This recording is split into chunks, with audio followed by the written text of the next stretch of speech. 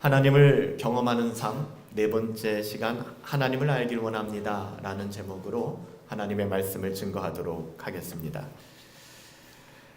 하나님께서는요, 하나님 그분, 하나님 자신을 알고자 하는 사람에게 자신을 드러내신다라고 말씀하십니다.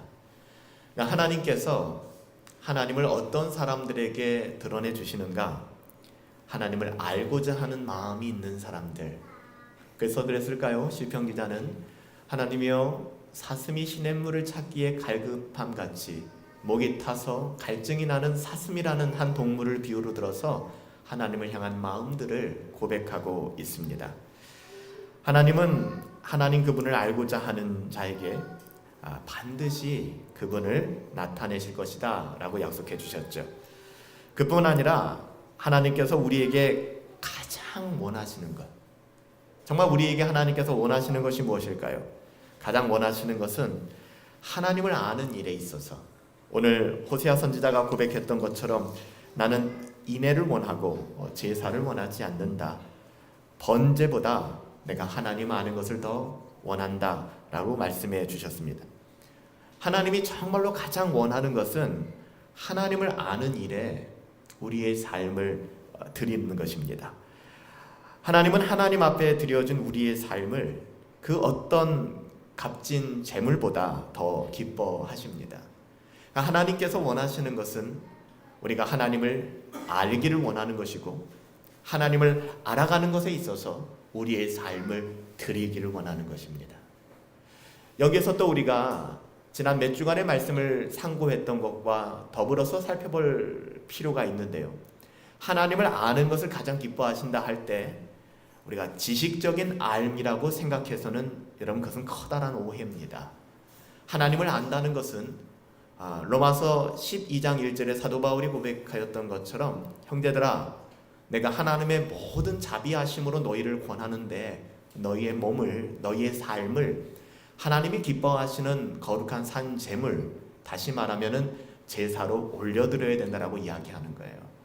하나님을 아는 것은 어쩌면 예배당에서 모여있는 우리의 이 모습이 아니라 이 예배당 문 밖을 나선 우리의 삶을 통하여 우리가 무엇을 결정하고 무엇을 선택하는가가 얼만큼 하나님을 아는가를 고스란히 드러내 놓는 것이라고 할 수 있습니다.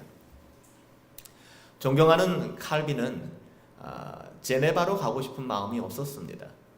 왜냐하면 제네바 사람들은 마음이 굉장히 굳어져 있었기 때문에 칼빈이 하나님의 말씀으로 그 도시를 개혁하는 것에 대해서 그렇게 탐탁해 하지 않았습니다. 칼빈을 삼고초려해서 제네바로 데리고 갔지만 제네바 사람들은 불과 몇 년 후에 칼빈을 추방시켜 버렸습니다. 솔직히 칼빈은 마음이 시원했죠.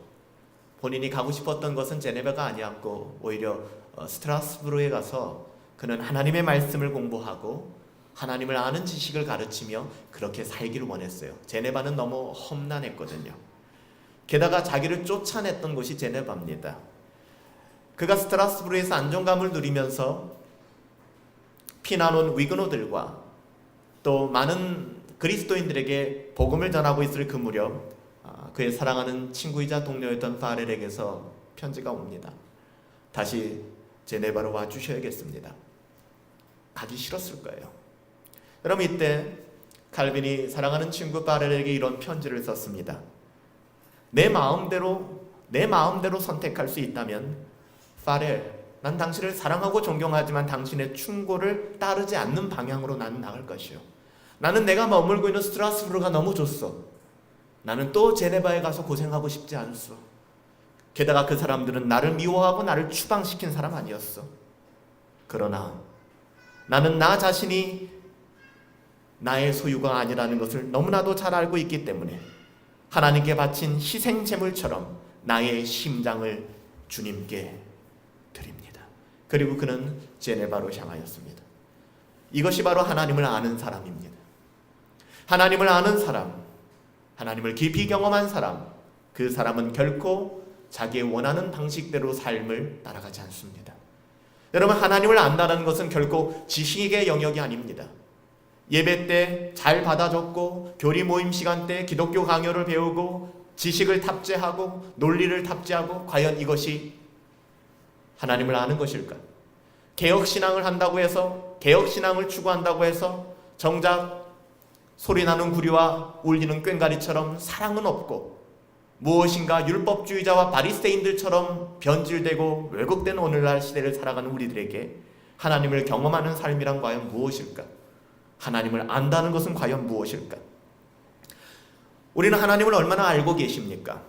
T4G를 통하여 복음을 배우고, 설교를 통하여, 또 교리 모임을 통하여 우리가 하나님의 말씀을 배워오고 있고, 종교개혁적 가치를 추구하고 있고, 요리문답을 배워오고 있지만 과연 우리가 하나님을 어떻게 알고 있는가요? 말과 혀로가 아닌 우리의 선택과 우리의 삶의 방향이 과연 무엇을 증거하고 있을까요? 일반적으로 사람들이 하나님을 압니다, 내가 하나님을 알아가고 있습니다 라고 할 때는 두 가지의 방향성을 가지고 이야기합니다. 첫 번째는 우리의 삶에 일어나는 형편들, 내가 지금 무엇을 경험하고 있는가? 내 직장은 잘 되고 있는가? 내 연애도 잘 되고 있는가? 우리 가정은 잘 되고 있는가? 나의 자녀들은 잘 되고 있는가? 나의 사업은 잘 되고 있는가? 내가 살아가고 있는 삶의 자리, 내가 살아가고 있는 삶의 자리, 환경과 상황을 통하여 하나님을 알아가시는 분들이 계십니다. 굉장히 위험합니다. 또 다른 방식은 나의 느끼는 감정과 상황과 상관없이 오늘 기록되어져 있는 이 하나님의 말씀이 기록된 대로 우리가 하나님을 알고 인식하는 분들입니다. 이런 분들이 건강한 신앙생활을 하시는 분들입니다. 일에 따라서, 환경과 상황에 따라서 하나님을 안다 그러면, 즉 내가 오늘 무엇을 경험하는가, 나의 삶의 형편이 어떻게 진행되는가에 따라서 오라, 하나님은 이런 분이시구나 라고 판단을 해버리는 거예요.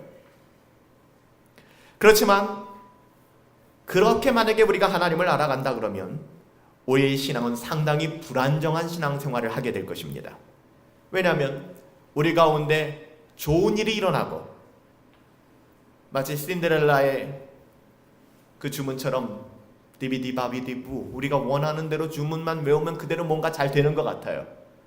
기도하면 시험도 붙고, 기도하면 다 열리고, 오케이, 좋아요. 우리가 만약에 그런 식으로 하나님을 인정한다면 그 당시에는 굉장히 하나님은 좋으신 분이죠. God is good. 하나님 좋으신 분이에요. 이렇게 고백할 것입니다. 근데 어느 순간 나도 알지 못하는 사이에 내가 승인한 적도 없고, 내가 인정한 적도 없고, 내가 원한 적도 없는 일이 나의 삶 가운데 펼쳐지기 시작합니다. 아이가 아프기 시작해요. 남편의 사업이 어려워지기 시작합니다. 믿지 않는 친구들과 만나서 비교했을 때 난 너무나 비참한 삶을 살아가는 것 같아요. 여러분, 만약에 우리가 이런 방식으로 하나님을 규정짓기 시작한다 그러면, 이렇게 하나님을 알아간다 한다 그러면 마치 날씨의 그 변동처럼 하나님을 향한 시각도 수시로 바뀌게 될 것입니다. 그러니까 마음에 평안함이 없죠. 하지만 하나님이 누구신지를 기록된 하나님의 말씀, 계시의 말씀을 통하여 우리가 하나님을 파악하고 해석한다면, 성경이라는 창을 열어서 하나님을 바라보기 시작한다면 우리 가운데 닥쳐오는 모든 일의 환난을 판단하는 신앙 또한 굉장히 안정감을 누리게 될 것입니다. 그래서 그럴까요? 이렇게 하나님을 알았던 사람들, 하나님의 말씀을 통하여 하나님을 해석하고 하나님을 찾아갔던 사람들, 이 사람들의 고백은 마치 시편 145편 17절의 고백처럼 여호와께서는 모든 행위에 의로우시며 모든 행사에 은혜로우시다. 여기서 우리가 두 눈을 똑바로 뜨고 바라봐야 될 말씀은 무엇이냐? 모든, all, every라는 말입니다. 여호와께서 그 모든 행위, all his deed, 그의 모든 행위, 우리에게는 그것이 저주처럼 느껴지는 행위라고 할지라도 주의 주권과 섭리 가운데 우리에게 행하신 그 모든 행위는 의로우십니다. 그분이 행하신 모든 행사는 은혜로우십니다. 시편 기자는 여기서 모든이라는 표현을 쓰고 있어요. 여러분, 이것이 기록된 하나님의 말씀을 통하여 우리가 하나님을 알아가야만 하는 영역입니다. 은혜로우실 때만, 변덕이 죽을 듯하는 우리의 관점으로 볼 때 의롭다고 생각되고 은혜롭다고 생각될 때만 하나님은 은혜로우신 것이 아니라 하나님 왜 이러세요? 하나님 나는 이해할 수 없어요 라는 그 삶의 정황 속에서도 하나님은 은혜로우십니다.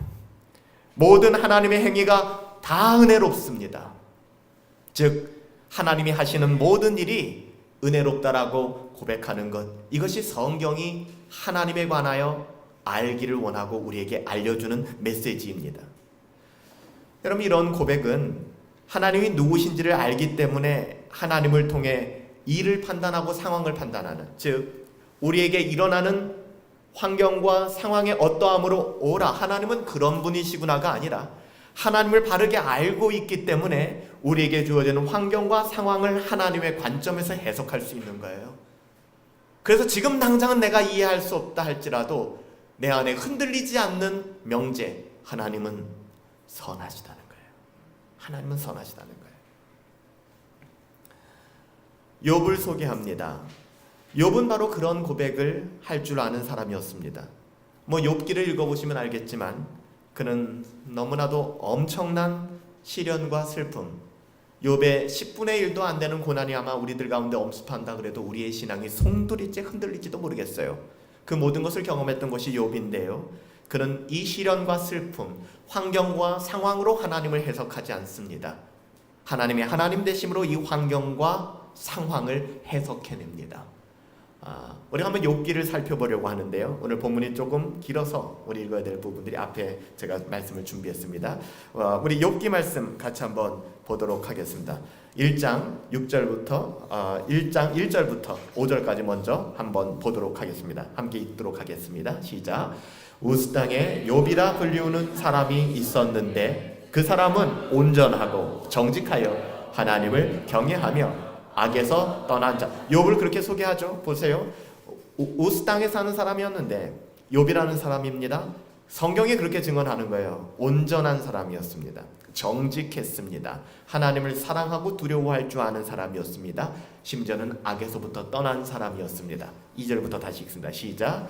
그에게 아들 7과 딸 3이 태어나니라. 그의 소유물은 양이 7,000마리요 낙타가 3,000마리요 소가 500결이요 암나귀는 500마리요 종도 많이 있었으니 이 사람은 동방 사람 중에 가장 훌륭한 자라.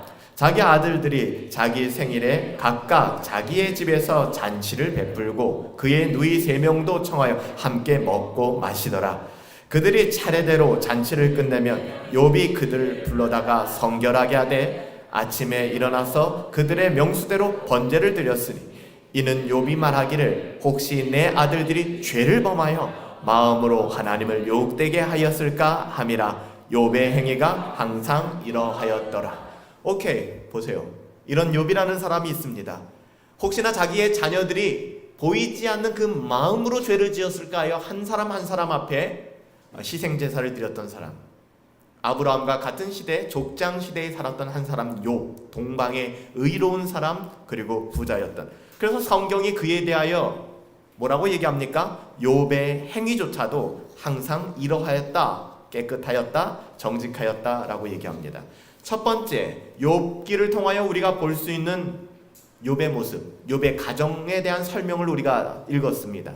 그는 부자였습니다. 그는 재산이 굉장히 많았어요. 구체적으로 어떻게 부자였는지까지도 기록하고 있습니다. 그는 famous, 명성을 가지고 명예를 가지고 있는 사람이었습니다. 유명한 자였다라고 얘기합니다. 그의 신앙에 있어서는 하나님을 경외하는 사람이었어요. 그리고 그의 가정에 대해서도 나와 있습니다.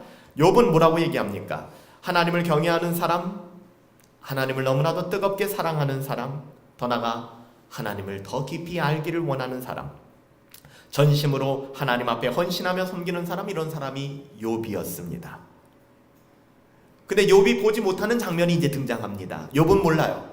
우리는 성경을 통해서 보니까 이런 일이 있었구나를 알 수 있지만 욥은 무대에서의 삶을 살아가고 있기 때문에 무대 뒤에서 일어나는 일은 보지 못해요. 하나님께서 은혜로 우리에게 이것을 보여주셨기 때문에 우리는 알고 있지만 우리 또한 우리 무대 뒤에서는 무엇이 진행되는지 알지 못하는 것이죠. 우리 욥기 이어서 읽도록 하겠습니다. 1장 6절부터 12절에 그의 가정에 어떤 일이 일어났는가, 그 배후에 어떤 일이 진행되고 있었는가? 우리 같이 한번 읽도록 합니다. 시작. 하루는 하나님의 아들들이 와서 여호와 앞에 섰고 사탄도 그 가운데 온지라. 여러분 보세요. 성경이 영적인 전쟁과 영적인 정황을 설명하고 있습니다. 우리의 씨름은 혈과 육에 대한 것이 아니에요. 정사와 권세와 이 어둠의 세상의 주관자들과 모든 악한 영에 관한 것임을 우리는 잊어서는 안 됩니다. 하루는 하나님의 아들들이 와서 여호와 앞에 섰고 사탄도 그 앞에 섰다. 우리 무대 뒤에서 일어나고 있는 일들에 대한 설명이 일어나는 겁니다. 우리 7절부터 읽습니다. 시작. 여호와께서 사탄에게 이르시되 네가 어디서 왔느냐? 사탄이 여호와께 대답하여 땅을 두루 돌아 여기저기 다녀왔나이다. 여호와께서 사탄에게 이르시되 내가 내 종 욥을 주의하여 보았느냐? 그와 같이 온전하고 정직하여 하나님을 경외하며 악에서 떠난 자는 세상에 없느니라. 사탄이 여호와께 대답하여 이르되 욥이 어찌 까닭 없이 하나님을 경외하리이까? 주께서 그와 그의 집과 그의 모든 소유물을 옳다려 두르심 때문 아니니까? 주께서 그의 손으로 하시는 바를 복되게 하사 그의 소유물이 땅에 넘치게 하였으니 이제 주의 손을 펴서 그의 모든 소유물을 치소서. 그리하면 틀림없이 주를 향하여 욕하지 않겠나이까? 여호와께서 사탄에게 이르시되 내가 그의 소유물을 다 내 손에 맡기노라. 다만 그의 몸에는 내 손을 대지 말지니라. 사탄이 곧 여호와 앞에 물러가니라. 그럼 뭐라고 증언하고 있습니까? 어떤 일이 일어났습니까? 두 번째 장면, 하늘에서 일어난 일, 그 일들이 증언되고 있습니다. 하나님의 보좌가 있고요, 그 뒤에 많은 천사들이 있습니다. 그 앞에 사탄이 나왔습니다. 거기에 하나님과 사탄의 대화가 나옵니다. 여러분들, 사탄은 하나님의 카운트 파트너가 아닙니다. 여러분, 사탄은 타락한 천사입니다. 그렇기 때문에 사탄 또한 하나님의 주권과 섭리를 어길 수는 없는 거예요. 여러분, 그것 꼭 명심하시고 보셔야 돼요. 마치 사탄과 하나님이 싸우는 형국으로 보시면 굉장한 오해입니다. 거기서 하나님과 사탄의 대화가 나오는데요, 하나님께서 사탄에게 욥의 신앙을 칭찬하기 시작합니다. 사탄아, 너는 무엇을 보고 왔느냐? 제가 이 땅을 두루 다니며 삼킬 자를 찾았습니다 라고 얘기하는 것이죠. 그때 하나님이 넌 욥을 보았느냐? 욥을 주의하여 보았느냐?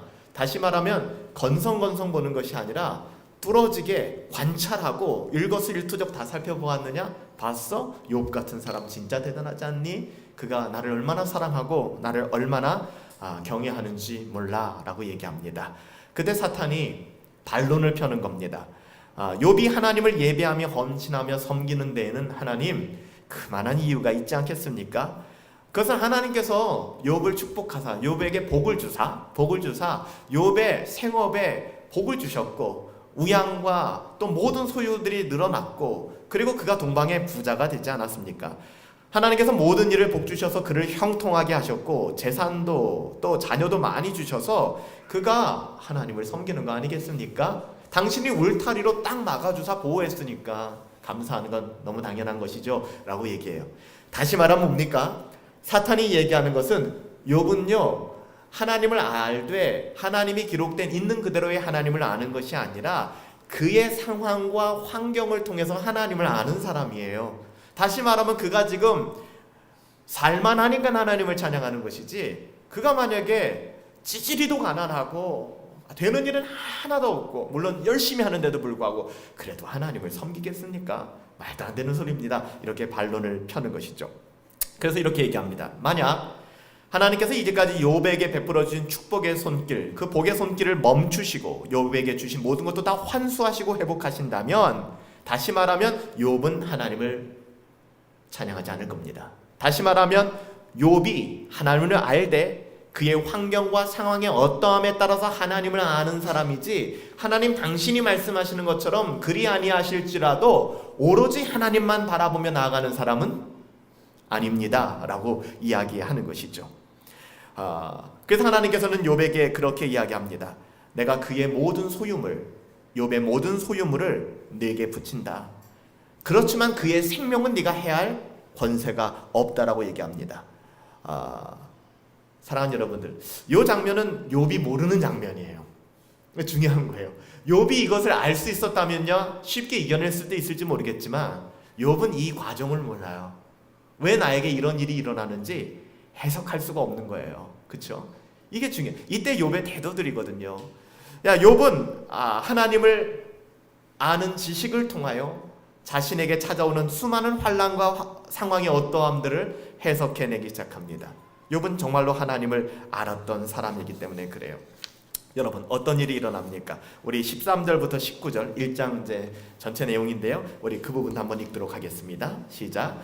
하루는 욥의 자녀들이 그 맏아들의 집에서 음식을 먹으며 포도주를 마실 때에 사환이 욥에게 와서 이르되 소는 밭을 갈고 나귀는 그 곁에서 풀을 먹는데 스바 사람이 갑자기 이르러 그것들을 빼앗고 칼로 종들을 죽였나이다. 나만 홀로 피하였으므로 주인께 아뢰러 왔나이다. 그가 아직 말하는 동안에 또 한 사람이 와서 이르되 하나님의 불이 하늘에서 떨어져서 양과 종들을 버렸나이다. 나만 홀로 피하였으므로 주인께 아뢰러 왔나이다.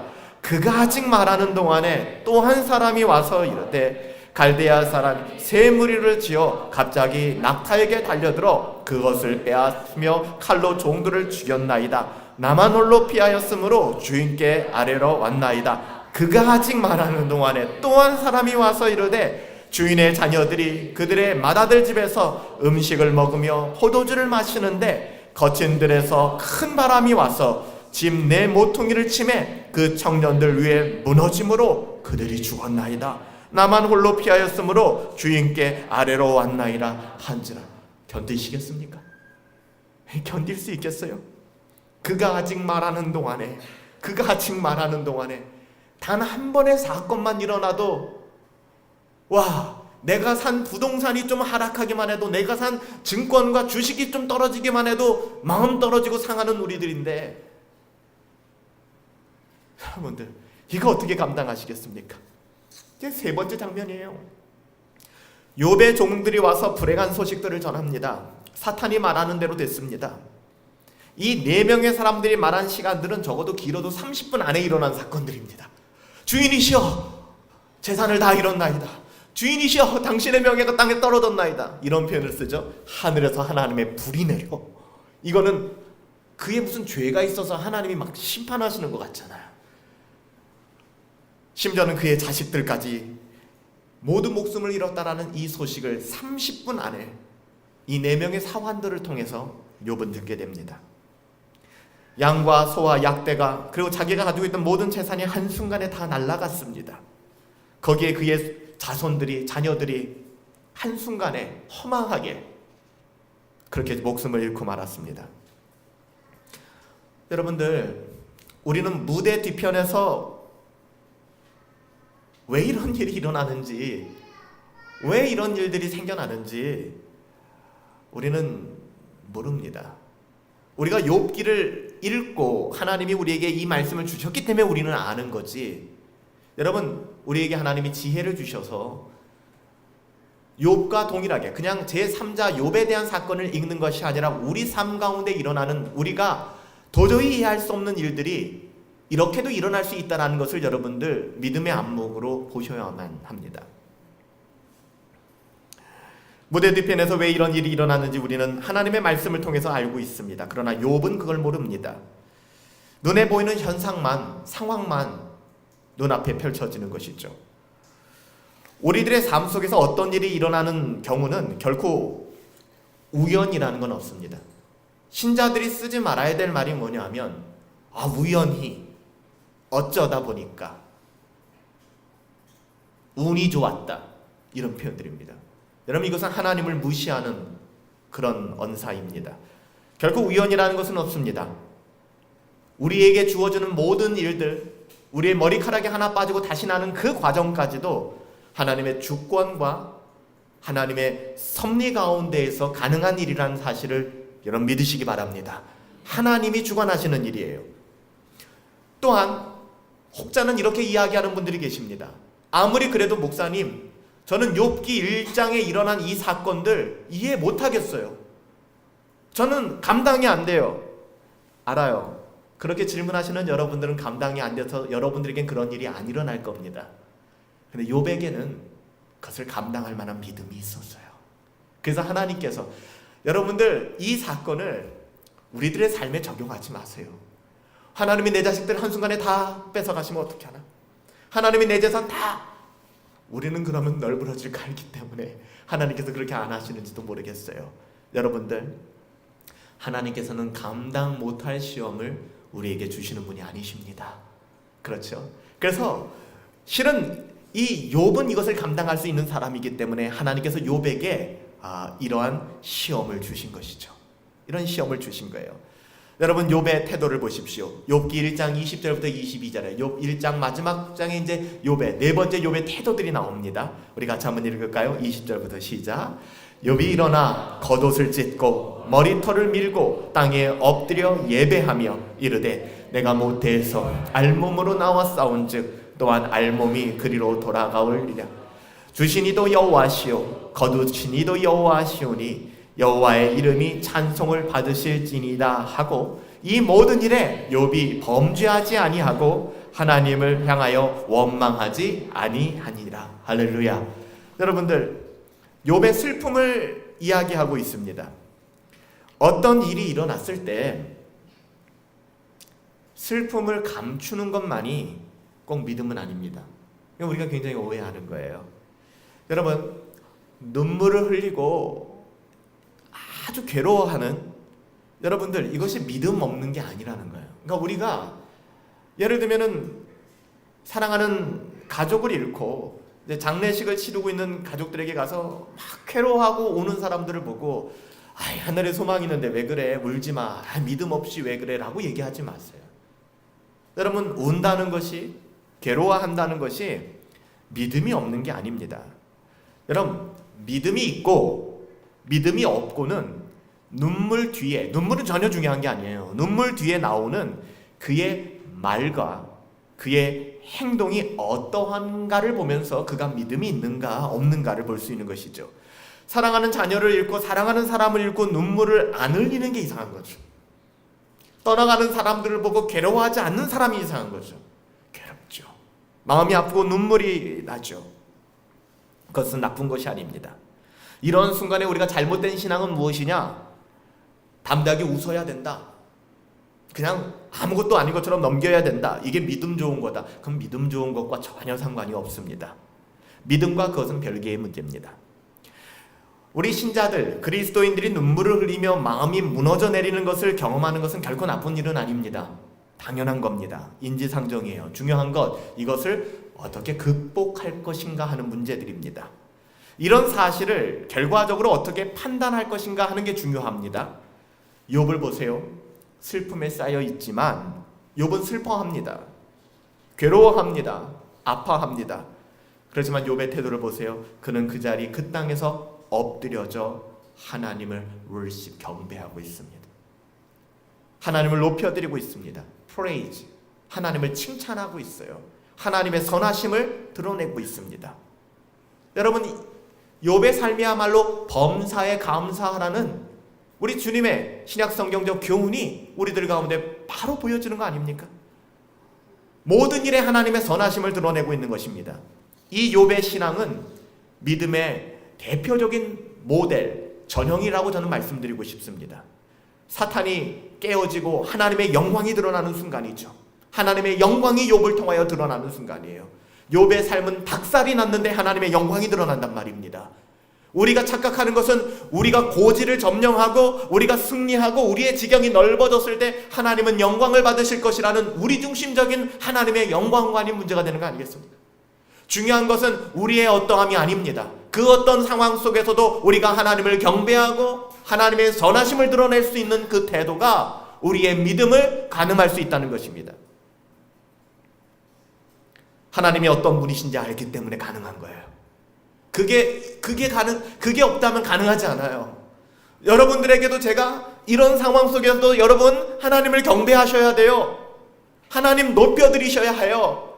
하나님을 찬양하셔야 돼요. 라고 말씀드려도 여러분들에게 그런 일이 안 일어날 수 있다는 거예요. 이런 일은 어떤 사람들에게 일어나는지 아세요?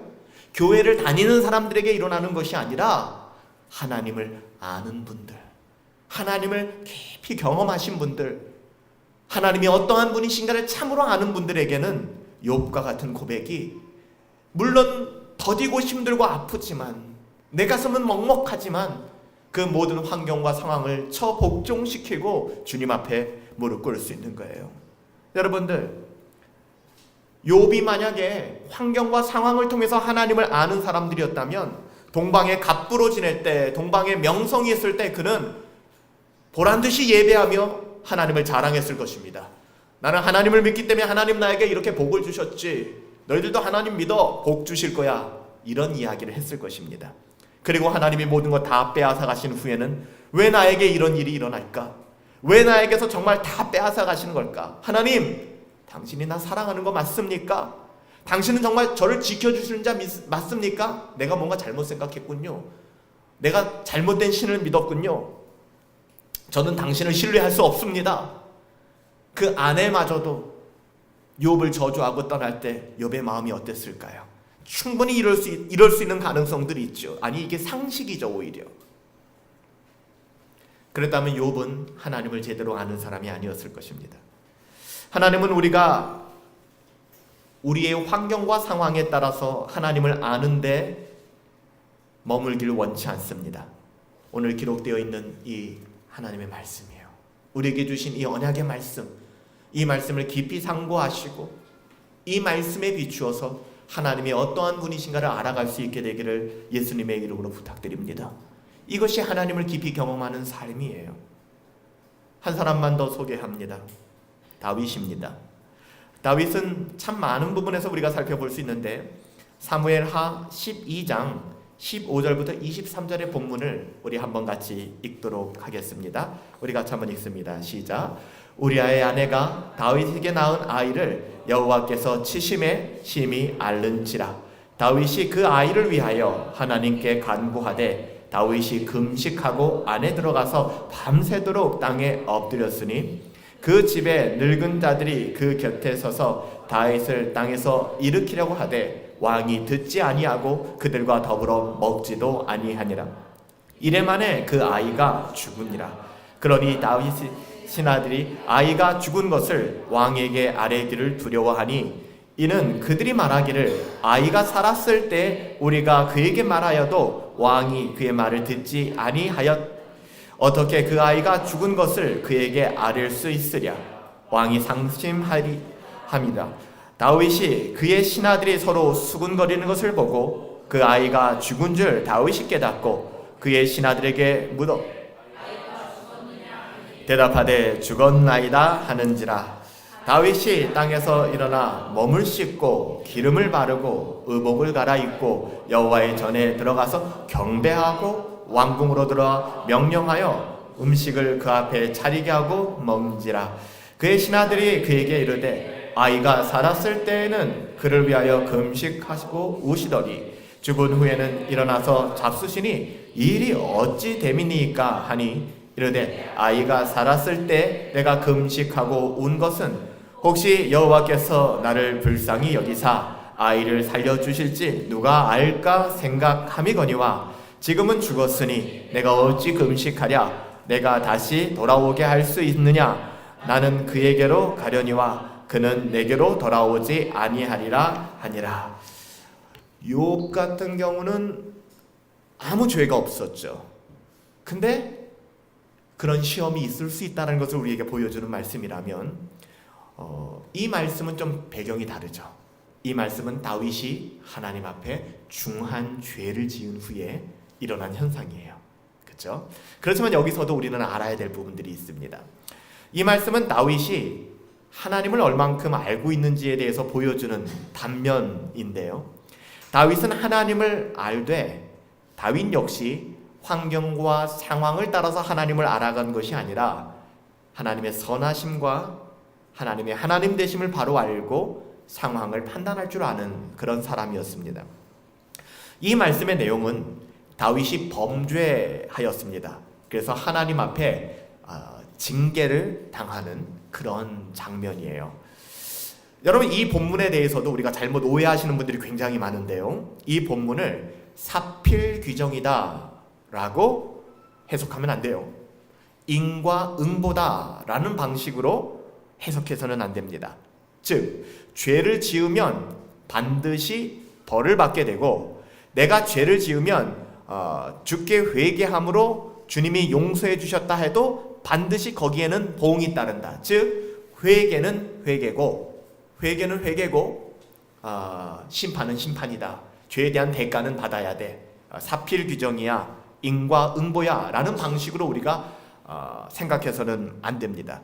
오늘날 신앙 가운데 이런 거짓 복음이 굉장히 교회 안에 잠식되어져 있습니다. 다시 말하면 우리가 하나님의 징벌을 당하는 것을 징계적 의미의 고난이 아니라 심판적 의미의 고난으로만 몰아가는 거예요. 그래서 우리가 죄값을 치른다라고 생각하는 겁니다. 심지어 우리도 죄값을 치르는 의미에서 고통이기 때문에 당하고 나서 털고 간다는 생각을 하는 거예요. 이것은 여러분들의 신앙이 전혀 없는 분들의 이야기입니다.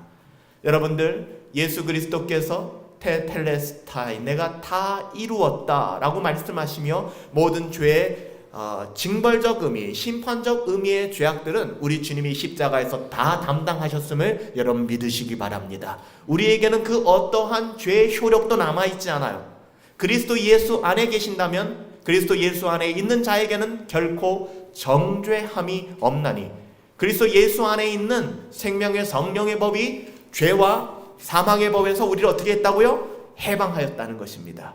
율법이라는 것이 우리의 육신으로 말미암아 연약하여 할 수 없는 그것을 누가 하셨어요? 하나님이 해버리셨어요. We are nothing. 우리는 아무것도 아니에요. 우리는 아무것도 아니라고요. 주님이 그것을 행하신 거예요. 하나님이. 이것이 은혜입니다. 이것이 헤세드예요. 이것이 그레이스, 은혜입니다. 여러분, 오늘 다윗이 당하는 이 사건을 접할 때 그렇기 때문에 우리가 심판적 의미에서의 고난이다, 징계다라고 받아들이면 안 됩니다. 이건 징계적인 의미예요. 징계의 목적은 뭐라고 얘기했죠? 회복에 있는 거예요. 정죄의 목적은 죽어버리라는 거예요. 너 같은 거. 근데 징계의 목적은 돌아오라는 거예요. 주님은 새로운 언약을 세우셨습니다. 뭐라고 말씀하셨습니까? 내가 죄를 기억하지 않을 거야. 오라! 우리가 변론할까? 너희의 죄가 주홍같이 붓다 할지라도, 심지어는 빨리지 않는 얼룩같이 진홍같이 붓다 할지라도 흰눈과 같이 양털과 같이 씌워지게 될 거야. 우리 하나님 뭐라고 말씀하십니까? 너희의 죄가 동에서 서가 먼 것처럼, 상상이 되십니까? 동에서 서가 얼만큼 멉니까? 반대잖아요. 동에서 서가 먼 것처럼 멀어질 것이다. 내가 너희의 죄악들이 있는데 그 죄악들을 기억하고 곱씹고 뒤끝있게 너를 치는 것이 아니라 그 죄는 너희 뒤로 던진 바 되었다. 기억하지 않겠다는 거야. 그리스도 안에서. 그렇게 하나님께서 우리에게 언약을 세우셨습니다. 그리스도의 피가, 예수님의 보혈이 우리의 모든 죄를 정결하게 하실 뿐만 아니라 우리를 사해 주시기 때문에 더 이상 우리의 죄를 기억조차 하지 않는다라는 표현으로 말씀하세요. 이게 하나님이십니다. 할렐루야. 하나님 오해하지 마세요. 하나님 심술꾸러기, 하나님 막 뭔가를 우리들에게, 아니에요. 하나님은 우리를 사랑하십니다. 우리가 돌아오기를 원하십니다.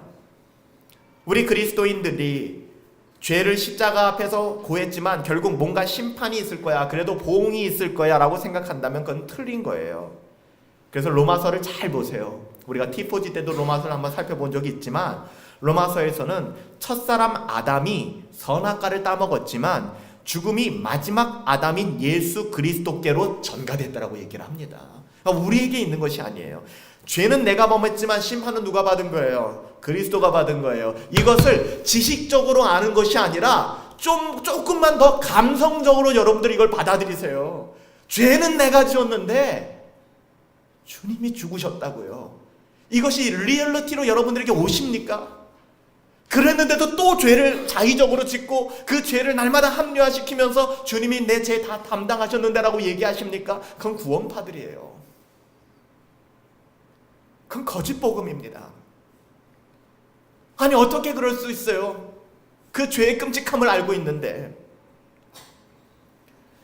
우리는 그리스도께서 사망을 치루심으로, 십자가에서 죽으심으로 말미암아 또 부활하심으로 말미암아 더 이상 그 사망의 권세와 죄 가운데 묶이지 않습니다. 여러분, 하나님은 공의로우신 분이세요.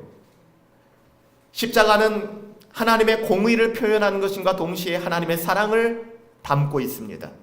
십자가는 나의 죄가 죽고 나의 죄가 이미 심판받았음을 뜻하며 내 죄가 더 이상 심판받을 필요가 없다는 것을 십자가는 우리에게 증언해 주는 것입니다.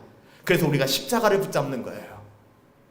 우리는 십자가 아래 의인이 된 것입니다. 우리의 어떠한 행위가 아니라. 보세요. 다윗은 하나님 앞에 철저하게 회개했어요. 그는 통탄한 마음으로 하나님 앞에 회개했잖아요. 여러분, 그가 얼마나 많이 울었습니까?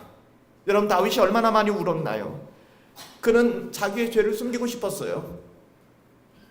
한 여인을 강간한 것, 그리고 그것을 무마하기 위하여 너무나도 저질적인 방법으로, 용서받을 수 없는 방법으로 그에게 충성스러운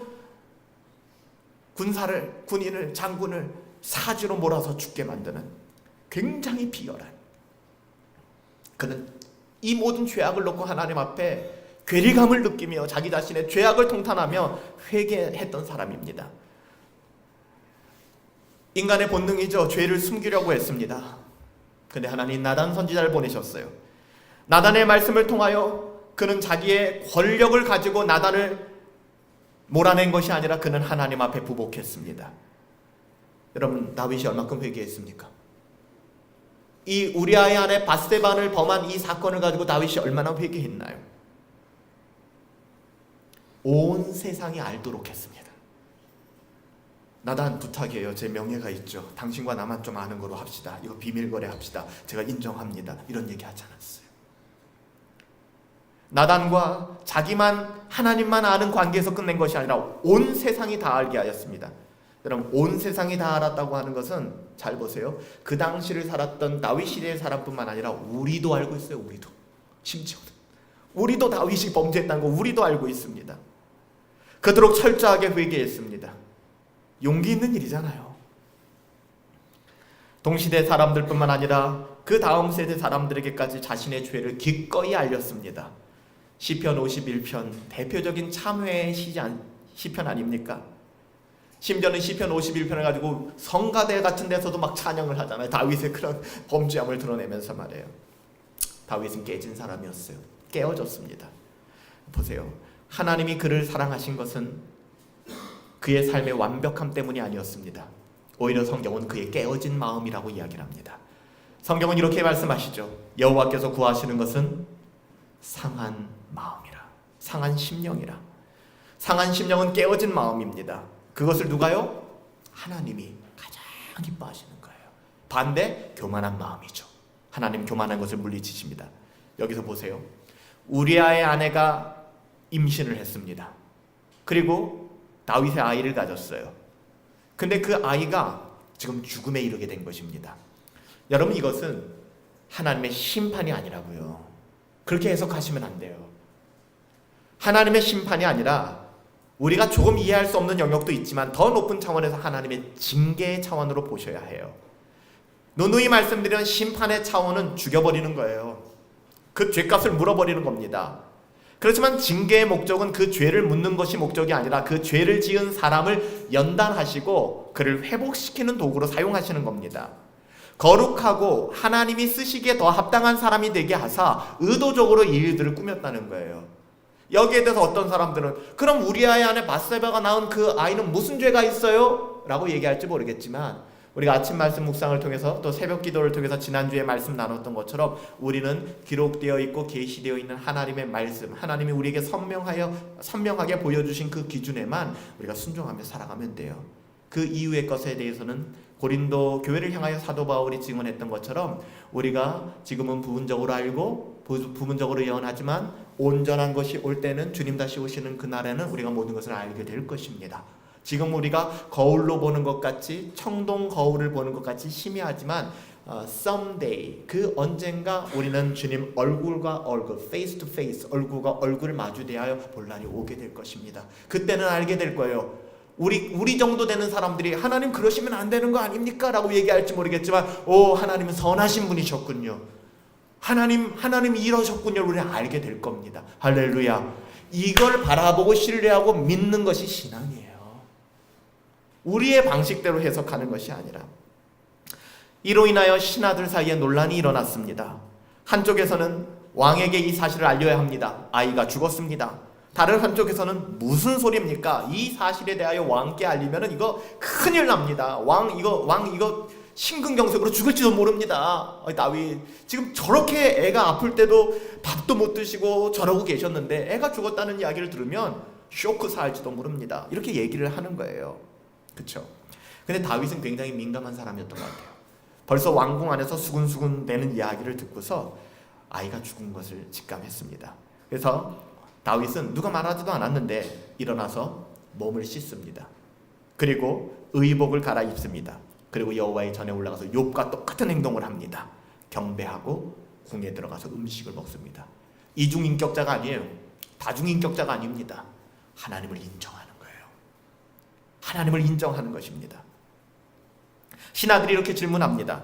아이가 살았을 때는 아이를 위하여 금식하고 우시더니 왕이시여, 아니 아이가 죽고 났는데 저렇게 깨끗하게 목욕을 하시고 의관을 회복하시고 예배하시고 음식까지 드시면 어쩌십니까? 이렇게 물어봅니다.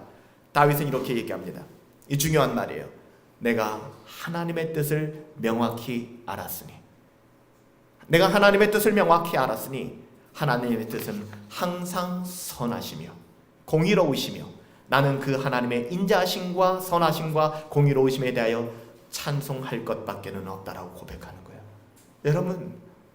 여러분 이것이 비록 우리가 죄로 말미암아 어떤 어려운 징계를 당한다 할지라도 이것은 심판적 메시지가 아닙니다. 징계의 의미예요. 여러분 그가 다윗이 제일 처음 한 행동을 주목해서 보세요. 여호와의 전에 들어가 경배했습니다. 우리 아이 꼭 이 시험에 붙게 해주세요.